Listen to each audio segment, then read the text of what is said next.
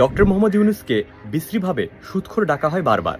মজার ব্যাপার হচ্ছে, যারা মোহাম্মদ ইউনূসকে পছন্দ করেন তাদেরও বেশিরভাগ জানেন না যে ডক্টর ইউনূসের কোনো সুদের ব্যবসা নেই। গ্রামীণ ব্যাংক তার প্রতিষ্ঠিত হলেও গ্রামীণ ব্যাংকে তার 1 টাকার মালিকানাও নেই, শেয়ারও নেই, কখনো ছিলই না। সারা পৃথিবীর 107টা ইউনিভার্সিটিতে ইউনূস সেন্টার আছে। ইউনিভার্সিটিগুলো নিজেদের উদ্যোগে এটা করেছে। এর প্রধান কারণ হচ্ছে তার মাইক্রো ফাইন্যান্স, যেটা তাকে এবং তার গ্রামীণ ব্যাংকে নোবেল শান্তি পুরস্কার এনে দিয়েছিল। জিনিসটা আমার আপনার কাছে আশ্চর্যজনক মনে হতে পারে, কিন্তু এটাই সত্যি। ডক্টর মোহাম্মদ ইউনূসের মাইক্রো ফাইন্যান্সের মূল ভিত্তি হচ্ছে এটা। এ ব্যবসায় কেউ মালিক হতে পারবে না, সম্পূর্ণ নন প্রফিট তথা অলাভজনক। এটাকেই বলে সামাজিক ব্যবসা। নির্দিষ্ট কোনো মালিক নেই, জনগণই মালিক। বাইরে থেকে অনুদানের টাকা এনে গ্রামীণ ব্যাংক প্রতিষ্ঠা করেছিলেন ডক্টর মোহাম্মদ ইউনূস। নিজে এটি প্রতিষ্ঠা করলেও প্রতিষ্ঠানে তার 1 পয়সার মালিকানাও রাখেননি, বরং এর 25% মালিকানা সরকারের, বাকি মালিকানা গরিব মানুষের। নিজের প্রতিষ্ঠিত ব্যাংকে ডক্টর মোহাম্মদ ইউনূস মাত্র $300 বেতনে চাকরি করতেন। প্রথমত, তিনি কোম্পানিতে নিজের কোনো শেয়ার রাখেননি।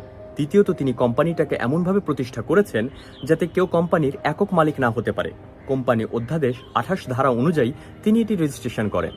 শুধু যে গ্রামীণ ব্যাংকে তিনি মালিকানা রাখেননি তা কিন্তু না। জর্জ সোরস টেলিনরদের এনে তিনি গ্রামীণ টেলিকম প্রতিষ্ঠা করেন। তার কথায় টেলিনর বাংলাদেশে আসে। তার কথায় তার বিলিয়নিয়ার বন্ধুরা গরিবদের উন্নতির জন্য ফান্ড দেয়। তিনি গ্রামীণ টেলিকম প্রতিষ্ঠা করেন, সেটাও অলাভজনক প্রতিষ্ঠান হিসেবেই। অনেকেই জানেন না, গ্রামীণ telecom known for profit company হিসেবে প্রতিষ্ঠা করেন ডক্টর মোহাম্মদ ইউনূস।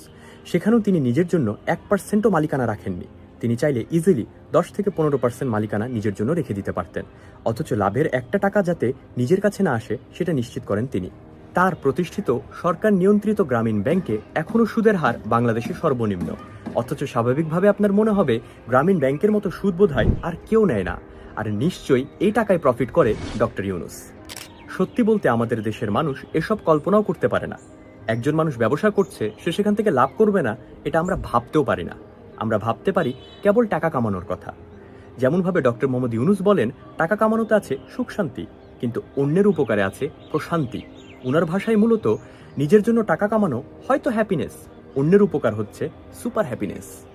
মোহাম্মদ ইউনূস মনে করেন, সবাই এককভাবে সম্পত্তির মালিক হতে থাকলে গরিব আরও গরিব হয়ে যাবে, ধনী আরও ধনী হবে, ফলে বিশ্ব ব্যবস্থা অচল হয়ে পড়বে। এই বিশ্বাস থেকেই উনি সব নন প্রফিট বা অলাভজনক প্রতিষ্ঠান তৈরি করে গেছেন, নিজের জন্য কোনো মালিকানা রাখেননি। কিন্তু এরকমটা কি আপনি ভাবতে পারেন? বাংলাদেশের যে কোনো কোম্পানি দেখেন, মালিকানা সব নিজেদের। কোম্পানির কথা বাদ দেন, এনজিওগুলো যদি দেখেন, তবু মালিকানা নিজেদের অথবা পরিবারের। বড় বড় পদগুলোতে পরিবারের সদস্যরাই বসে আছে। কিন্তু ডক্টর মোহাম্মদ ইউনূস এমনটা করেননি। তার প্রতিষ্ঠিত কোম্পানিতে সে নিজেকে অথবা নিজের পরিবারের কাউকেই রাখেননি। অথচ ডক্টর মোহাম্মদ ইউনূস চাইলে এসব কোম্পানিতে নিজের শেয়ার রেখে ইজিলি বিলিয়নিয়ার হয়ে যেতে পারতেন, খুব ইজিলি। তার সব বন্ধু বান্ধব সবাই বিলিয়নিয়ার, মাল্টি বিলিয়নিয়ার, কিন্তু তিনি সেদিকে হাঁটেননি। এখন অনেকে প্রশ্ন করতে পারেন, তাহলে ডক্টর মোহাম্মদ ইউনূসের আয়ের উৎস কোনটা?